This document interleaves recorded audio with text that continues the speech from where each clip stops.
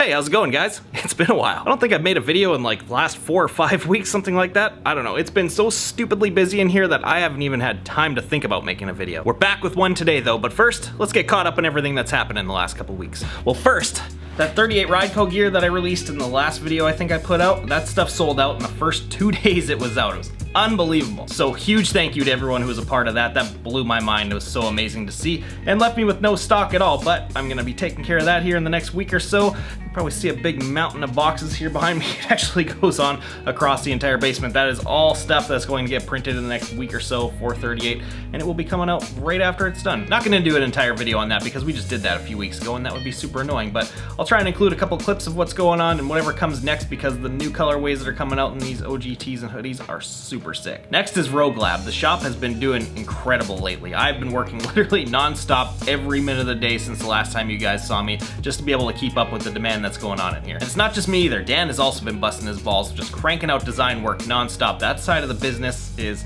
just as busy as the print side, and I'm very happy to have him on my team grinding. And if you've been watching the shop Instagram, you might have noticed we're starting to branch out into a couple other things like sign work and vehicle wraps and displays and stuff like that. And Dan's brother Tony has come on board to take care of that stuff as an installer, and he's been killing it for the last couple weeks with that. And that side of the business seems to be starting to grow a little bit more now too. And because of all this happening, which is crazy to think about because we've only really been open since what, like January, February, something like that, it looks like I'm already going to be moving this thing out of my house and into a proper commercial space that's going to be like 4 or 5 times the size of this so that we can scale and grow this thing properly and start offering way more stuff. And the first thing to come on board, since I was talking about vehicle wraps and whatnot, we're going to be getting ourselves a wide format printer here very soon so we can start cranking out all kinds of cool new stuff. I'm really excited for that because I've got a million ideas in my head for that. Man, it's actually really crazy to think about what's going on because you guys have been here since day one watching this thing start from ground zero, and we're already at the point that we need to move into a way bigger space. I'm starting to assemble a team of awesome individuals who are working just as hard as I am and just as dedicated, which is amazing. And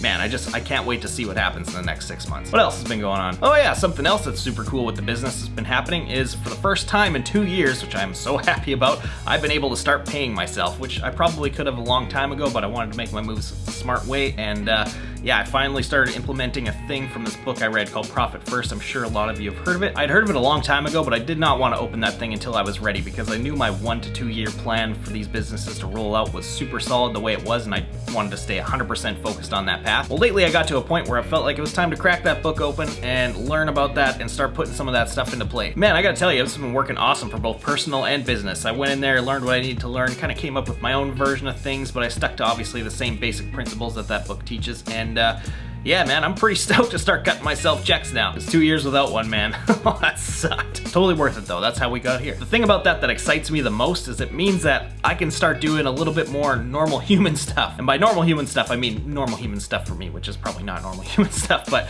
I'm sure this is gonna make a lot of people happy to hear, is it means that in another like month or 2 of building myself back up, it means that we can start doing bike stuff again. I haven't really ridden a bike in like a year and a half, something like that, something stupidly crazy. It was a sacrifice that I 100% needed to make, and I was more than happy to make it, but I'm at the point where I'm over it, man. It's time to get back going again. And I tell you what, whatever bike I ride first is gonna get beaten within an inch of its life because there's a lot stored up inside here. So yeah, as long as sales with the brand keep doing well, the shop keeps doing well, that's gonna be coming back here very soon, like in the next month or 2. Time permitted though, let me clear that up before anyone gets too excited. I'm still gonna be 100% focused on my businesses, but I'm gonna try and squeeze some rides in, you know, like once a week or something like that. And lastly, I should address it because someone's gonna notice and mention in the comments that after 14 years, I decided my plugs, they're gone. It's actually crazy how much they shrunk up in a couple weeks because they used to be stretched out to an inch. I used to be able to stick my finger through there no problem, and now I can't even get a pencil in there. I think I got some kind of super elastic skin or some Wolverine healing powers or something like that going on. But yeah, I really don't know how I came to that decision. It just kind of randomly happened, I guess. Like I said, I've had them for 14 years. They've been like a part of me that entire time. Then one day I just started to notice how annoying they were. I noticed them jabbing me in the side of the head when I was trying to sleep and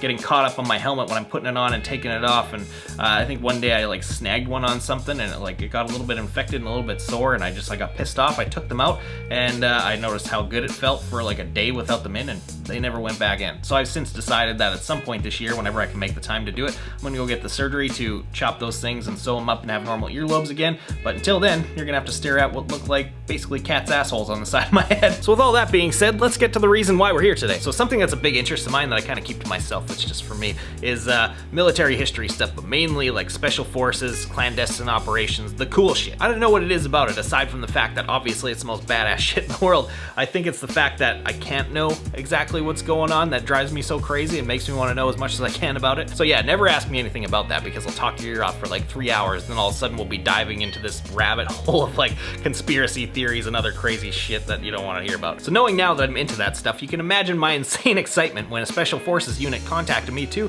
print them some shirts with their insignia and some other things on it for training and other stuff like that. I'm also excited that I'm even able to make this video right now, because obviously I had to ask permission to do that, and I had some ground rules to follow. I cannot tell you who it is, cannot tell you where they're from. I really can't tell you jack shit about anything except for show you the one print that we are doing here today. I can't even show you the entire shirt. I'm actually printing both sides, but I can only show you one because the other side might give away who it is, and that's a no-go. All you need to know is they are some badass motherfuckers, and it's a huge honor for me to be able to print this stuff. Like, I'm so pumped on this job, you have no idea. So I guess we're doing our own little screen printing secret operation today, as stupid as that just sounded coming out of my mouth. And it wasn't just me either. Dan got to be a part of it too, and he was excited about it because we had to vectorize their insignia and all that stuff and make it nice and clean and crispy and ready for print, and he obviously got to do that, and he was also really pumped that he got to be a part of this project. But anyways, I'm pumped as shit to start doing this, so let's start exposing screens, get them all registered, and get this job moving.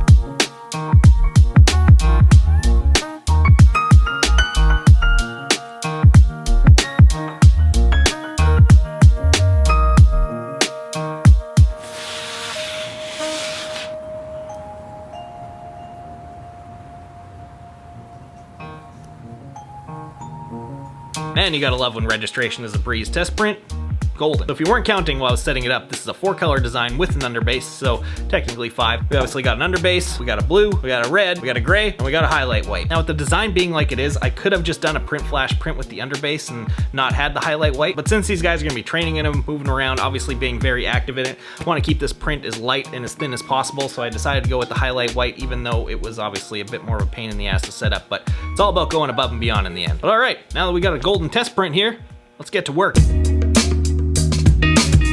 Question. I want to know how many times per week you guys forget to tape off your registration marks for the first print, because for me, it seems to happen at least once or twice a week. Not today.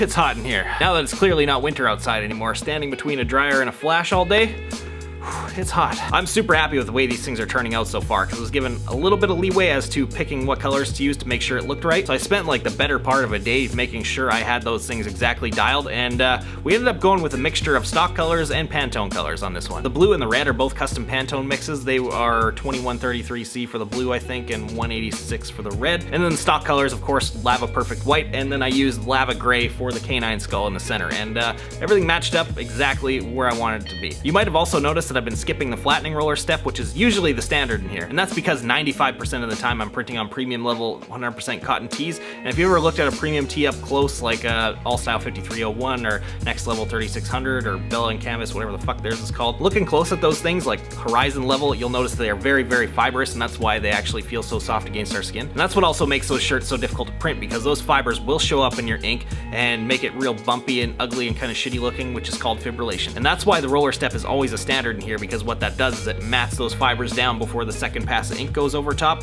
which makes the print nice and smooth looking again. In this case, these are actually also a premium level shirt, but these are a cotton poly blend, and if you look at those up close, there's a lot less fibers sticking up out of the shirt weave, and yeah, it allows for a nice smooth print without having to add that step to it, which is super nice considering that this is a 5-color hit and there's a whole bunch of them to print, so that saves me a ton of time, and the prints are still coming out beautifully smooth. But anyways, I'm halfway through this thing, so let's get back to work and get it done.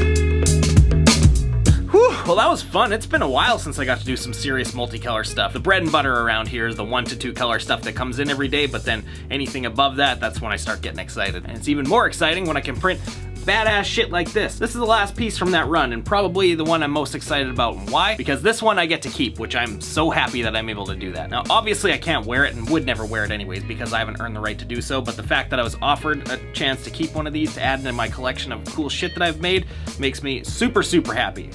This is gonna be one of my favorites for the next little while. And I somehow just realized that I wore the appropriate colored shirt to print this stuff today. And yes, don't worry, these and a whole bunch of other cool Rogue Lab stuff is coming. We're gonna get into some videos about that here very, very soon. But yeah, I really just wanted to document this one for myself because of, you know, what it is, who it's for, and everything it stands for. And I'm super, super grateful that I got the opportunity to do this. And I mean, the prints came out pretty awesome too. These things are super vibrant, super crispy, and this is definitely a job that I am proud to ship out of here. If you guys wanna get your hands on any of the stuff that I used in this video, they're all linked down below, and Ryonet was also cool enough to provide us with a discount code, so if you use the code LS38 at checkout, you will get 10% off your order, and tell them I sent you. Well, I have to get back to work because, like I said, I still have to print all the front sides of these shirts off camera, so make sure you guys follow me on Instagram right here somewhere. Check out some of the other links down below. We'll see you again in the next one.